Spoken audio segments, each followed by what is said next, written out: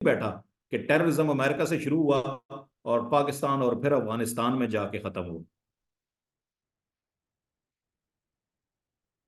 Second is content. आपका एस्से ये 3 सवालों को एक्सप्लेन करता है, या वो बताता है कि मसला क्या है, व्हाट, या फिर वो बताता है इस मसले के पीछे वजूहात क्या है, व्हाई, या फिर वो ये बताता है कि इस मसले का हल क्या आप तजवीज कर रहे हैं, हाउ। व्हाट, व्हाई और how, that is the main purpose. What, why और how.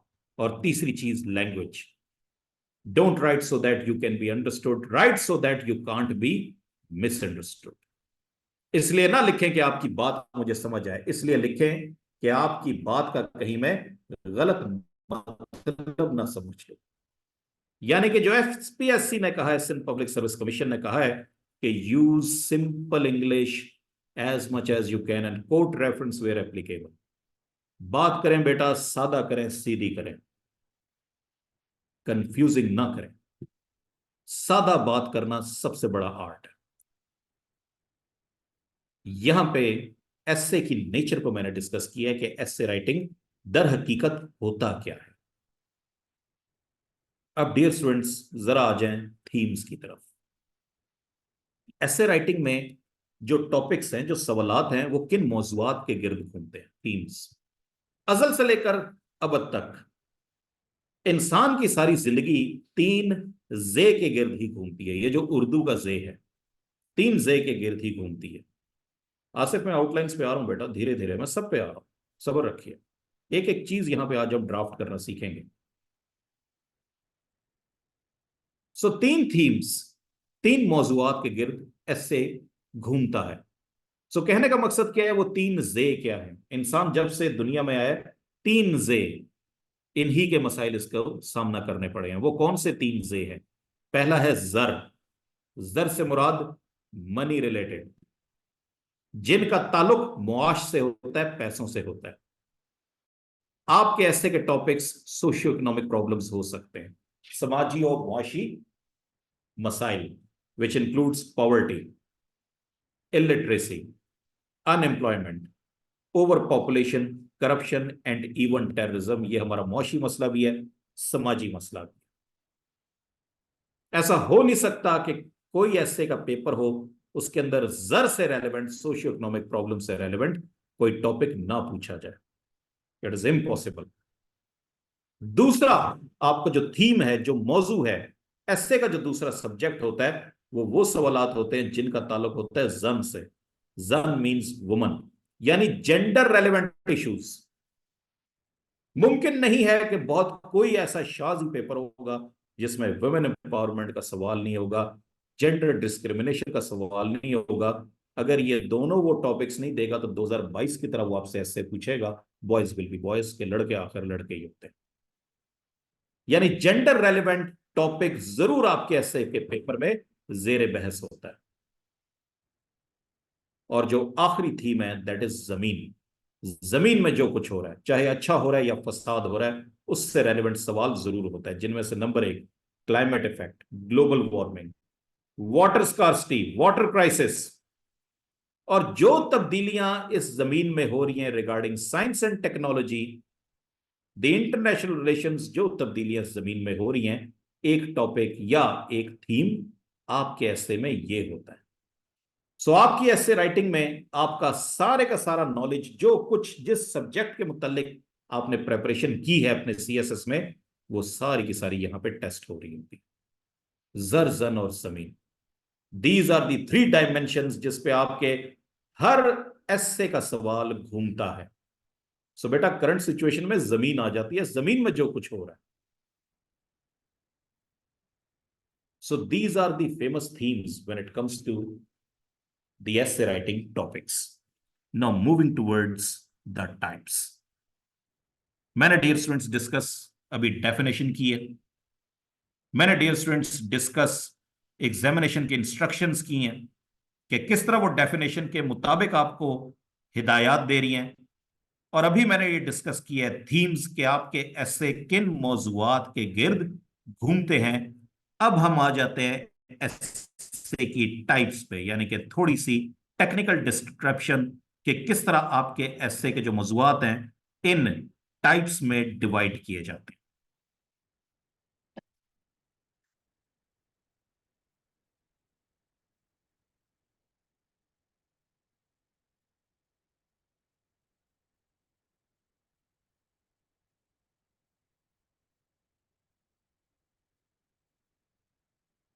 Dear student, I hope the new screen is clear in front of you.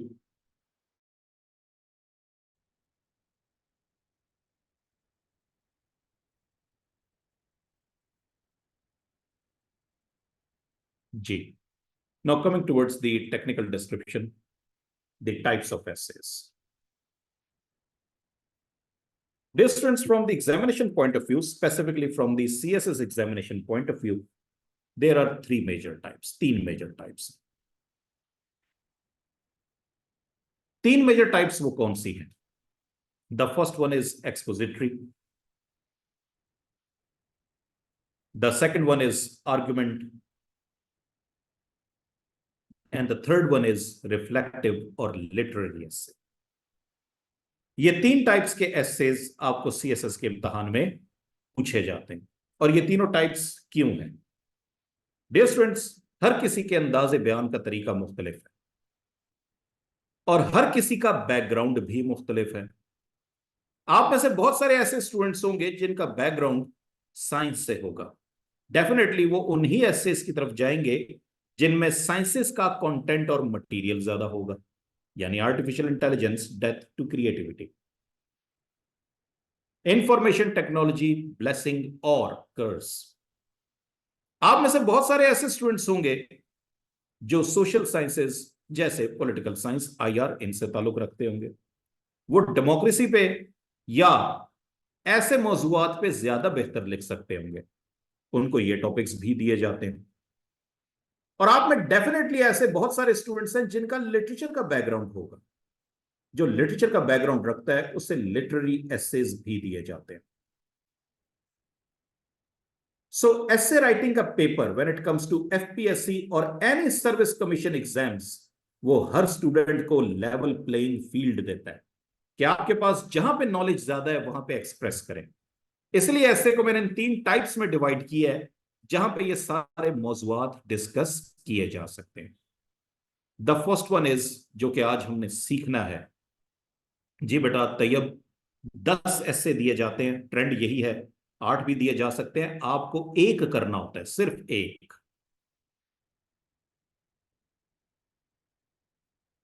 Expository ऐसे, जिसपे आज की मेरी मेन बहस है, क्योंकि इम्तहान में हालिया आपको यह दिया गया है और हर साल दिया जाता है।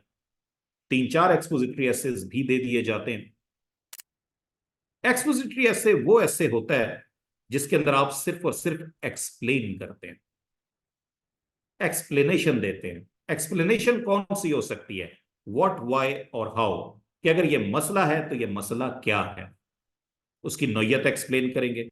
अगर तो आपसे पूछा है कि अगर ये मसला है, जी अरीबा 100 मार्क्स का एक ऐसे करना होता है। अगर तो आपसे पूछा गया कि ये मसला है और क्यों है, तो आपको वाई का क्वेश्चन वो एड्रेस करना पड़ता है। और अगर आपको यह बयान करना पड़े कि इस मसले के सॉल्यूशंस बताएं, जैसे सीएसएस 2021 में बताया था, पाथवेज टू पाकिस्तान प्रोग्रेस, बताएं वो कौन से रास्ते हैं जो पाकिस्तान को तरक्की की तरफ लेके जाएंगे। तो आप how, how can Pakistan progress, आप हाउ को बयान करेंगे। तो expository essay simply means to explain. It is an informative piece of writing that presents a balanced analysis of a topic. What को बयान करेगा, why को बयान करेगा या how को बयान करेगा। Usually, not always, the essays discussing certain issues of national, economic or social importance are expository essay. ज्यादातर, हमेशा नहीं मगर ज्यादातर एक्सपोजिटरी एसे का मटेरियल, मवाद, वो किससे मुंसलिक होता है? वो मुल्की, नेशनल, इकोनॉमिक, मौशी और सोशल इंपॉर्टेंस के मौजूआत होते हैं। यानी आपको वो मौजूआत पूछे जाते हैं जो मुल्की, मौशी या मौशरती अहमियत के हामिल होते हैं। एक्सपोजिटरी ऐसे में the writer explains a topic using facts, statistics and examples. या वो फैक्ट देता है, या स्टेटिस्टिक्स देता है, या एग्जाम्पल्स, उनको दे के उस मसले को एक्सप्लेन करता है या उनकी हल तजवीज करता है। एक्सपोजिटरी एसेस इम्तिहान में कौन कौन से आए? एक्सपोजिटरी एसे में याद रखिए डियर स्टूडेंट्स, 3 मेजर टेक्निक्स हैं। Expository essay uses a wide range of writing variations such as comparison and contrast. Dear student, comparison and contrast. आपको कंपैरिजन एंड कंट्रास्ट ऐसे 2005 में आया था, इस्लाम वर्सेस द वेस्ट, और इस साल 2024 में आया pragmatism versus passion in politics, comparison and contrast. The second one is cause and effect. Cause and effect, cause and effect ऐसे कौन से मौजूआत होते हैं? जैसे एक topic brain drain, causes and consequences, वजूहात क्या हैं और इसके नताइज क्या है। या फिर ऐसे आपको दिया जाता है हाउ टू, प्रॉब्लम सोल्यूशन, यानी जिसमें प्रॉब्लम होती है और उसका सोल्यूशन डिमांड किया जाता है। इस तरह के एसेज आपसे पूछे गए हैं 2018 में, higher education in Pakistan, ills and remedies. Dear students, ये टाइप्स ऑफ एसेज जो एक्सपोजिटरी एसे में मजीद टाइप्स आती हैं, इस पे तफसील से एक चैप्टर हमारी नोआ की एसे की किताब में लिखा हुआ है, जिसको शाया होगी तो जरूर पढ़िएगा। एक्सपोजिटरी एसे की तरफ मैं दोबारा आता हूं। Simple words to explain, explain कर बस। सीएसएस 2024 में उसने आपसे सवाल पूछा है, पाथवेज टू पाकिस्तान प्रोग्रेस। मुझे बताएं बेटा, इसमें कौन सा सवाल आपसे पूछ रहा है? What, why and how.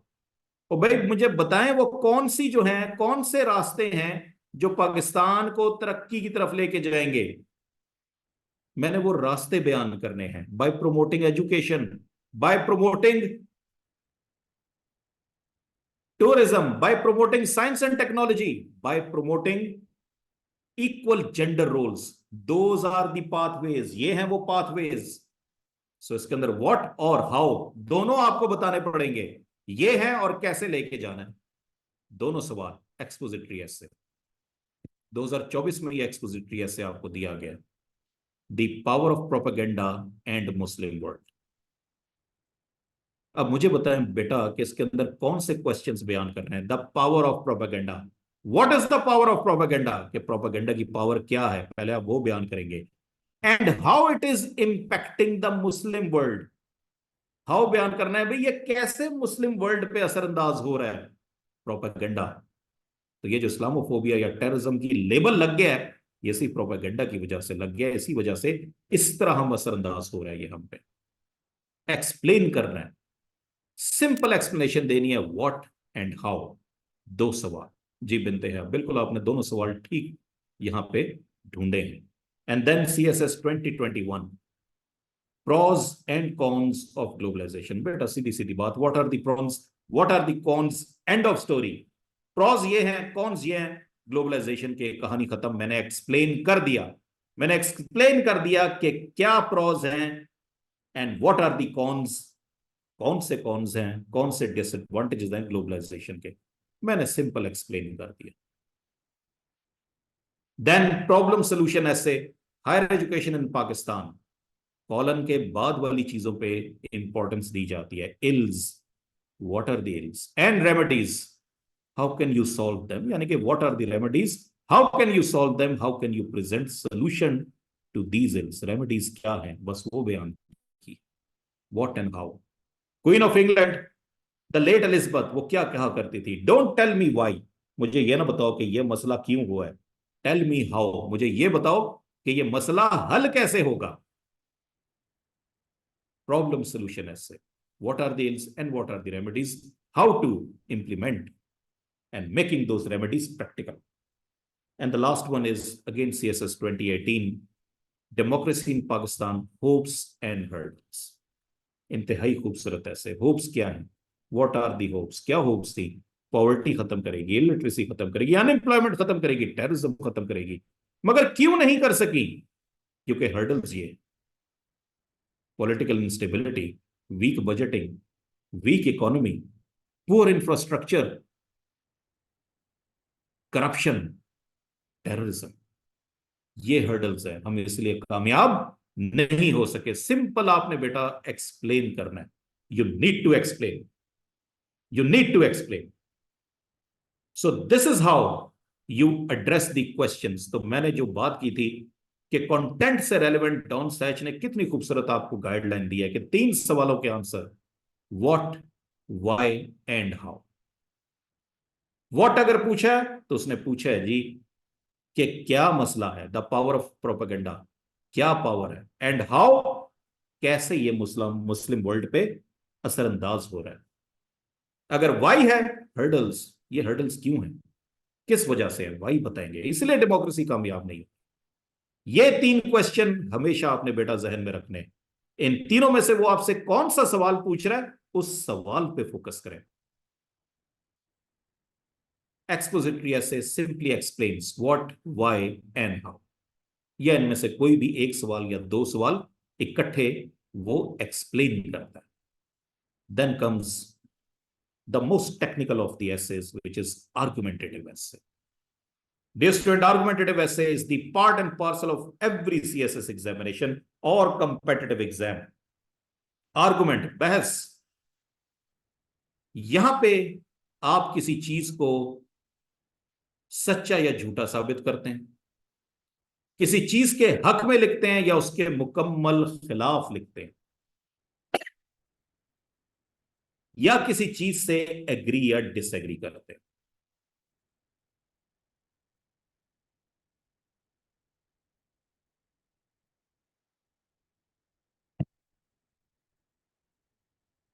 So this type of writing, where the writer proves that his opinion, theory, or hypothesis about an issue is correct or more truthful than those of others. Argumentative ऐसे उस नोयत का ऐसे जिसमें आप बताते हैं कि जो मेरी राय है, जो मेरा स्टैंड है, वो ज्यादा सच्चा है उस दूसरे की राय से और उस दूसरे के पॉइंट ऑफ व्यू से। फॉर एग्जाम्पल, आप स्टेटमेंट से एग्री या डिसएग्री कर सकते हैं, यस या नो में सवाल दे सकते हैं, फॉर या अगेंस्ट भी जा सकते हैं। आर्गुमेंटेटिव ऐसे में निशानी ये होती है। 2024 इस साल जो आपको ऐसे दिया गया है वो कौन सा था? AI, artificial intelligence, death of creativity. ये कोई यूनिवर्सल ट्रूथ नहीं है, इससे मैं एग्री भी कर सकता हूं, डेथ ऑफ क्रिएटिविटी। इससे मैं डिसएग्री भी कर सकता हूं, इससे मैं डिसएग्री भी कर सकता हूं कि भाई डेथ ऑफ क्रिएटिविटी नहीं है। यहां डिसएग्रीमेंट पे हमारे स्टूडेंट्स कंफ्यूज हो जाते हैं कि क्या सर हम डिसएग्रीमेंट कर सकते हैं। तो मैं उन्हें हमेशा कहता हूं FPSC की 2019 की एग्जामिनर रिपोर्ट पढ़िए। एग्जामिनर रिपोर्ट क्या कहती है कि आप स्टेटमेंट से डिसएग्री भी कर सकते थे और डिसएग्री करके आप ज्यादा अच्छा ऐसे लिख सकते थे, क्योंकि ये कोई प्रोवर्ब या फैक्ट नहीं था जिससे डिसएग्री ना किया जा सकता। आपको चाहिए था कि आप डिसएग्री करते। सो जहां पे आपके पास पॉइंट्स ज्यादा होते हैं, आर्गुमेंट ज्यादा होते हैं, आप वो स्टैंड लेते हैं। और डियर स्टूडेंट्स, बहसियत पाकिस्तानी हमें न्यूट्रल होने का बहुत शौक है। न्यूट्रल कभी ना होइएगा, चाहे वो मजहब हो, मईशियत हो, सियासत हो। मजहब में भी या हम पूरे इस्लाम में दाखिल होते हैं या इससे बाहर होते हैं, हमेशा एक कश्ती की सवारी आप करते हैं। आर्गुमेंटेटिव ऐसे इसी चीज को सिखाता है, एक कश्ती की सवारी। एक वक्त पे 2 कश्तियों की सवारी नहीं हो सकती। सो आपको एक साइड चूज करना बहुत जरूरी है और दूसरे को गलत साबित करना भी ऑप्शनल हो सकता है।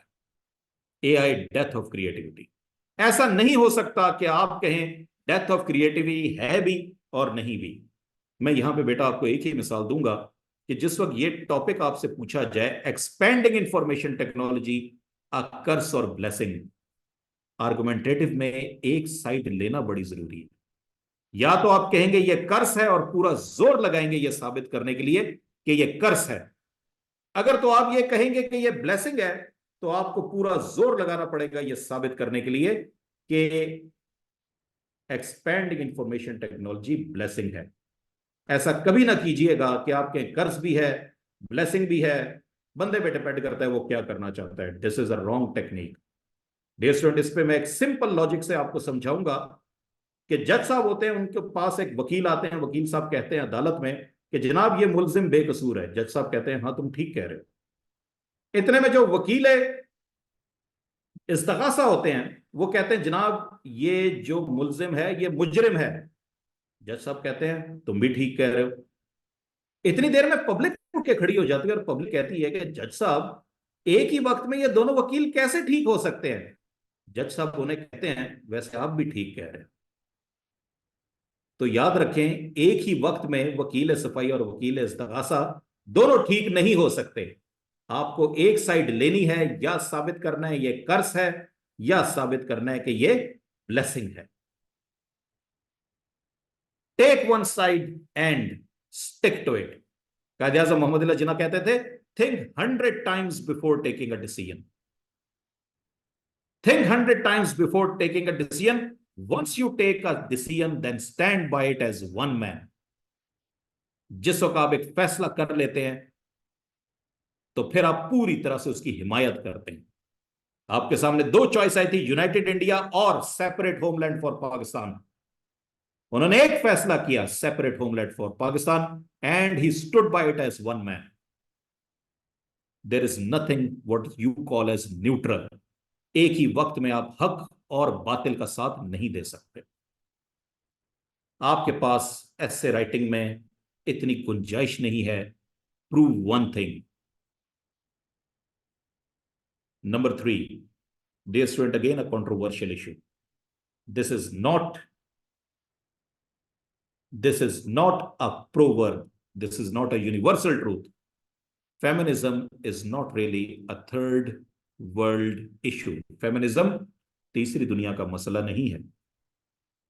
बहुत सारे लोग कहते होंगे हाँ जी ये तीसरी दुनिया का मसला है, बहुत सारे लोग कहते हैं तीसरी दुनिया का मसला नहीं है। दोनों के पास आर्गुमेंट्स हैं। मैंने फैसला करना है कि आर्गुमेंट्स मेरे पास किस साइड के ज्यादा हैं। मैंने ऐसे उस पर लिखना है, तभी ये 2 से 2,500 वर्ड कैसे बनेगा। मैं अगले को झूठा साबित नहीं कर रहा, मगर मैं ये बयान कर रहा हूं कि मेरा सच ज्यादा बड़ा है, कि मेरा जो सच है वो ज्यादा गहराई रखता है, उसके अंदर लॉजिक ज्यादा है। सो जो लोग कहते हैं कि फेमिनिज्म थर्ड वर्ल्ड तीसरी दुनिया का इशू नहीं है, तो जाहिर सी बात है जी, ना तो मैं इंडिया का शहरी हूं, मुझे नहीं पता इंडिया में खवातीन को कौन से राइट्स हैं। ना तो मैं बांग्लादेश का शहरी हूं, इतना मुझे ये भी नहीं पता तो बांग्लादेश में क्या हो रहा है। ना ही मैं श्रीलंका का शहरी हूं। थर्ड वर्ल्ड की अगर बात करूं, भाई मुझे जो पता है, मुझे तो पाकिस्तान का ही पता है। और एसए की डेफिनेशन क्या है? शॉर्ट कंपोजिशन, लिमिटेड स्कोप, अल्फाज कम है, स्कोप दायरा कार बड़ा महदूद है। डियर स्टूडेंट, ये दो बातें जहन में बिठा लें। उसने पूछा थर्ड वर्ल्ड के बारे में, मगर मेरे ऐसे का मेजर सेक्शन एड्रेस करेगा पाकिस्तान को, स्पेसिफिकली पाकिस्तान, स्पेसिफिकली पाकिस्तान। सो पाकिस्तान के मुतल्लिक अगर मैं कहूं तो फेमिनिज्म वाकई यहां का मसला नहीं है, क्योंकि खवातीन को इनहेरिटेंस का राइट दिया जाता है, right to marriage, legal rights दिए जाते हैं, and right to job, job का राइट भी दिया जाता है, एजुकेशन के राइट्स भी दिए जाते हैं। यहां का मसला है ही नहीं जी। कमाना शौहर की जिम्मेदारी है, औरत का रिलीजियस इस पे कोई रोल नहीं है, उसकी जिम्मेदारी नहीं है, ये राइट दिया है इस्लाम ने। यहां का मसला नहीं है, मसला वेस्ट का है, तुम लोग निपटो।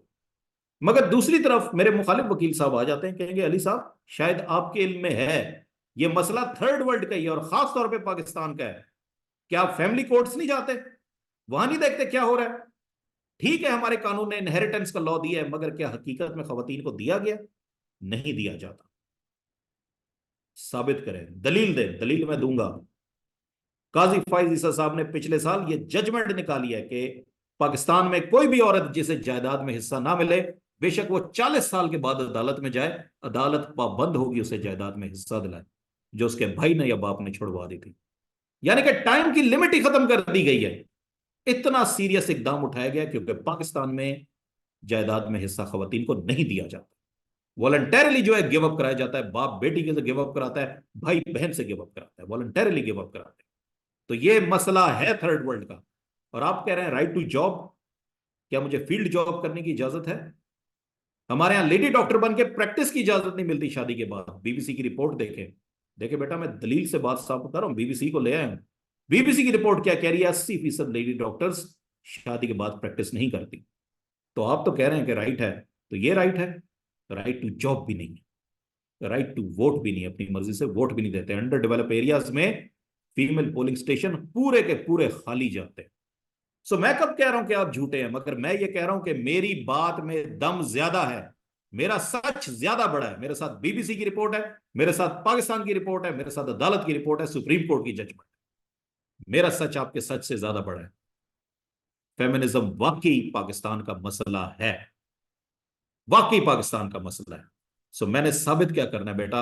It is really a third world issue, ये थर्ड वर्ल्ड का इशू है। मैं स्टेटमेंट से डिसएग्री कर रहा हूं, क्योंकि ये मुझे इख्तियार एग्जामिनर ने दिया है। 2019 की रिपोर्ट पढ़े।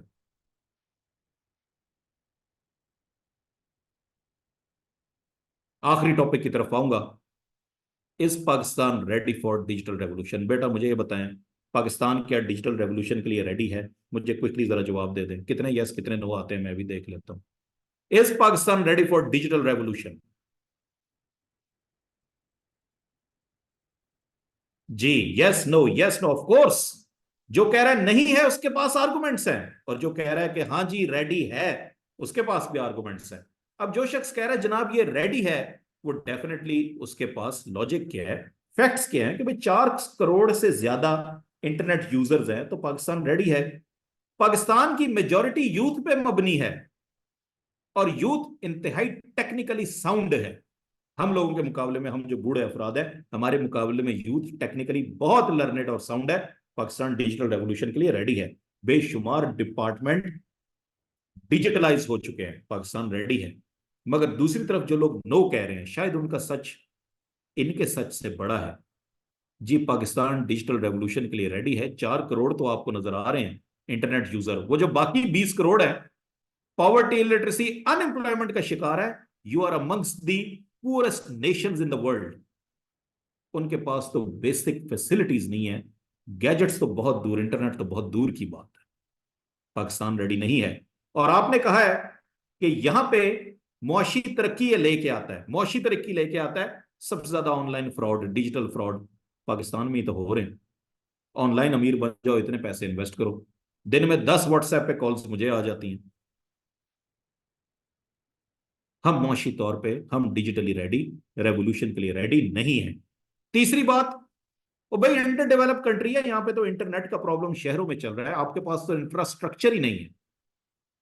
कोरोना में क्या हुआ आपको याद? भूल गए आप कि फार फ्लंग एरियाज में लोग दरख्तों के ऊपर चढ़ के क्लासेस ले रहे थे कि सिग्नल नहीं है। हम डिजिटली रेडी नहीं है, हमारे बेसिक मसाइल हल नहीं हुए, डिजिटलाइजेशन बड़ी दूर की बात। सो जो यस कह रहा है मैं उससे भी गलत नहीं कह रहा, जो नो कह रहा है मैं उससे भी गलत नहीं कह रहा। आप दोनों में से स्ट्रॉन्ग आर्गुमेंट्स कौन प्रेजेंट करता है, मैं नंबर उसको दूंगा बहैसियत एग्जामिनर। साबित क्या करना है कि जो मेरा सच है, मेरा पॉइंट ऑफ व्यू है, वो अगले के पॉइंट ऑफ व्यू से ज्यादा स्ट्रॉन्ग है। That is the crux of argumentative essay. ये आपका argumentative essay. So dear students, आपके नॉलेज पे डिपेंड करता है कि आप कन्विंस किस तरह रीडर को करते हैं। इसलिए इसको परसुएसिव एसे भी कहा जाता है। और यहां पे स्टैंड लेना बड़ा जरूरी है कि yes, Pakistan is ready for digital revolution because of educated youth, high number of internet users, and digitalization in many of the government departments. तो बेटा सीधा यस या नो, सीधा जवाब। और आखिरी बात, जी मैं नमाज ब्रेक की तरफ बिल्कुल आ रहा हूं डियर स्टूडेंट्स। आखिरी बात, लिटरेरी और reflective essays, literary and reflective essays. Dear students, बेशुमार स्टूडेंट्स लिटरेचर के बैकग्राउंड से आते हैं। हालिया 15 सालों में आपको ज्यादा एसेस जो है science and technology, current affair से रेलेवेंट, यानी कि जर और जमीन से ही रेलेवेंट आपको मिलेंगे। जर जन जमीन, मगर लिटरेचर में भी यही टॉपिक्स होते हैं, जर जन और जमीन, मगर उसमें पूछने का तरीका जरा मुख्तलिफ होता है। अब चूंकि लिटरेचर के स्टूडेंट्स बहुत कम रह गए, मगर बहरहाल एक आध लिटरेरी एसे दे दिया जाता है। लिटरेरी एसे में याद रखें, उस स्टेटमेंट को सबसे पहले इंटरप्रेट करना जरूरी है, क्योंकि ये लिटरेरी एसे भी एक्सपोजिटरी एसे का ही काम करती है, आप उस स्टेटमेंट को एक्सप्लेन कर रहे होते हैं. So these are the essays which are written to elaborate the writer's opinion or comment on certain topics. क्या आपका जाती नुक्ता नजर क्या है, आप इस स्टेटमेंट को कैसे इंटरप्रेट कर रहे हैं? It usually employs the technique of expository essay. आमतौर पे एक्सपोजिटरी एसे की ही टेक्निक ये इस्तेमाल करता है, यानी कि टॉपिक को एक्सप्लेन करता है. The topics are interpreted variously by various writer. जरूरी नहीं है कि 10 लोग भी ये टॉपिक अटेम्प्ट करें तो एक ही तरीके से इंटरप्रेट करें, लोग मुख्तलिफ तरीकों से भी इंटरप्रिटेशन दे सकते हैं. इसलिए हर दो एसे एक जैसे नहीं होते. No two essays may be alike. CSS 2023 special exam में लिटरेरी एसे दिया गया था, so surely with hardships come ease. वैसे भी ये कुरान की आयत है, अगर नहीं भी पता तो मैं इस पे अपनी राय दे सकता हूं कि मुश्किलात के बाद आसानी जरूर आती है. This is a universal law, इसके बारे में कोई शक नहीं. ये वैसे भी यूनिवर्सल लॉ, हर मुश्किल के बाद आसानी आती है. If winter comes can spring be far behind. क्योंकि जब खिजा आती है तो उसके बाद बाहर भी आती है. यह कानून है, कुदरत है, मैंने एक्सप्लेन ही करना है. मिसालें दूंगा मैं उन पर्सनैलिटीज की, रिलीजन से, अंबिया की, जिनकी जिंदगी में मुश्किल आई और फिर आसानियां कैसे आई. स्पोर्ट्समैन उन स्पोर्ट्समैन की जिनकी जिंदगी में मुश्किल आई और फिर आसानियां कैसे आई. पॉलिटिक्स में पॉलिटिशियंस की कि जिनकी जिंदगी में मुश्किल आई. जिन्ना साहब 3 साल तक बंबई की गलियों में फिरते रहे, केस नहीं मिला, मगर उसके बाद हिंदुस्तान के सबसे बड़े वकील बने. तो जिसकी जिंदगी में मुश्किल आती हैं, आसानी भी बिल आखिर उसी के नसीब होती है. Surely with hardships comes ease, यानी कि जब मुश्किल आएगी तो आसानी भी साथ ही आएगी. A friend walks in when everyone else walks out. दोस्त उस वक्त आपका साथ देता है जिस वक्त बाकी तमाम लोग आपका साथ छोड़ देते हैं. जिस वक्त बाकी तमाम लोग आपका साथ छोड़ देते हैं. जी बेटा, पर्सनैलिटीज की भी एग्जांपल दे सकते हैं, मुमालिक की एग्जांपल भी दे सकते हैं कि वो कौन से मुल्क थे जिनकी जिंदगी में हार्डशिप्स आई थी और बाद में सहूलत और आसानी भी कैसे आई. तो हर मुश्किल के बाद आसानी है, ये तो आपकी जो है फरमान है. अब यहां पे लिटरेरी एसे जी, a friend walks in when everyone else walk out. अब इसमें मैंने ये नहीं लिखना कि जी अली शाह साहब के बड़े अच्छे दोस्त हैं हसन अली गोंदल साहब, सो मुझे जब मुश्किल मिलती है तो वो जो है तशरीफ ले आते हैं. भाई मैंने ये बड़े पर्सपेक्टिव में लिखना है. मैं इस पे नेशनल एग्जांपल्स दूंगा कि पाकिस्तान जब भी मुश्किल में हुआ है उसका दोस्त चाइना उसके साथ आके खड़ा हुआ. जब सबने साथ छोड़ा तो वो आए. Bigger perspective. I fell upon the thorns of life I bleed. पहले तो इसे इंटरप्रेट करें, इंटरप्रेट कीजिए. जिंदगी फूलों की सीज नहीं है. जिंदगी में दुख और तकलीफ ज्यादा है. चाहे कोई भी मैदान ले लें, चाहे पर्सनल लाइफ हो, आपकी फैमिली लाइफ हो, आपकी प्रोफेशनल लाइफ हो, हर जगह चैलेंजेस है. और जिस मुल्क में रह रहे हैं, कहीं भी मुल्क में हो, तो वहां पे भी man is born free but he is in shackles everywhere. इंसान आजाद हुआ है पैदा, मगर हर जगह बेड़ियों में जकड़ा हो. वो मौशी हैं, समाजी हैं और दूसरी नौयत की हैं. And the last one is imagination is more important than knowledge. तखय्युल इल्म से ज्यादा जरूरी है. Imagination is more important than knowledge. याद रखें डियर स्टूडेंट्स, अगर इमेजिनेशन ना होती तो नॉलेज भी ना हो. जी बेटा, इस्लामिक वर्ल्ड से भी एग्जांपल दी जा सकती हैं. फिक्शनल कैरेक्टर्स मरियम जो बड़े मशहूर हैं, जैसे रॉबिन्सन क्रूसो, एग्जांपल दे सकते हैं आप. 5th स्लाइड की तरफ बेटा मैं आता हूं, ठहर जाइए जी. Imagination is more important than knowledge. Imagination knowledge से बहुत इंपॉर्टेंट है. बिल्कुल दुरुस्त है जी. अगर इमेजिनेशन ना होती तो साइंस में भी इतनी ज्यादा तरक्की ना होती. If Wright brothers had not imagined flying in the air. अगर राइट ब्रदर्स ने ख्वाब ना देखा होता, तसव्वुर ना किया होता हवा में उड़ने का, they would not have invented the flying machines. तो इन्होंने फ्लाइंग मशीन इन्वेंट ना की होती. चाहे मिसाल आप साइंस से दें, चाहे मिसाल आप हिस्ट्री से दें, पॉलिटिक्स से दें, आर्किटेक्चर से दें, म्यूजिक से दें, लिटरेचर से दें, लिटरेचर में भी इमेजिनेशन पहले आती है, तखय्युल पहले आता है. नॉलेज यानी कि उसको लिखना किस तरह है, पोइट्री में लिखना है, नॉवल में या ड्रामे में, लिखने वाला नॉलेज बाद में आता है। तो जिस एरिया से आप कहेंगे उस एरिया से एग्जांपल दी जाएगी। और साबित मैं क्या कर रहा हूं कि इमेजिनेशन नॉलेज से ज्यादा इंपॉर्टेंट है। सो लिटरेरी और रिफ्लेक्टिव एसेज ये भी टेक्निकली होते एक्सपोजिटरी एसेज ही हैं, जिसके अंदर आप उस नुक्ते को एक्सप्लेन करते हैं, बयान करते हैं। सो डियर स्टूडेंट्स, जी, if you can imagine you can, well done. So William Wordsworth imagination पे एम्फेसिस बहुत ज्यादा करते हैं, आप किसी की भी मिसाल ले लें। सो बेटा रिफ्लेक्टिव और एब्स्ट्रैक्ट ऐसे में कोई फर्क नहीं है, मुख्तलिफ नाम है। रिफ्लेक्टिव ऐसे भी कहा जाता है, लिटरेरी ऐसे भी कहा जाता है, एब्स्ट्रैक्ट ऐसे भी कहा जाता है। नहीं बेटा, आउटलाइन सबकी एक ही जैसी होती है किरण खान, एक ही जैसी होती है। एग्जाम्पल दे सकते हैं, सिर्फ उनका नाम लिख दें, तफसील आपने ऐसे में ही देनी है। सोहेल, ये सारी स्लाइड्स लेने के लिए एडमिन से रब्ता करना पड़ेगा, ये आपका राइट है, ये सारी स्लाइड्स आपको दी जाती हैं।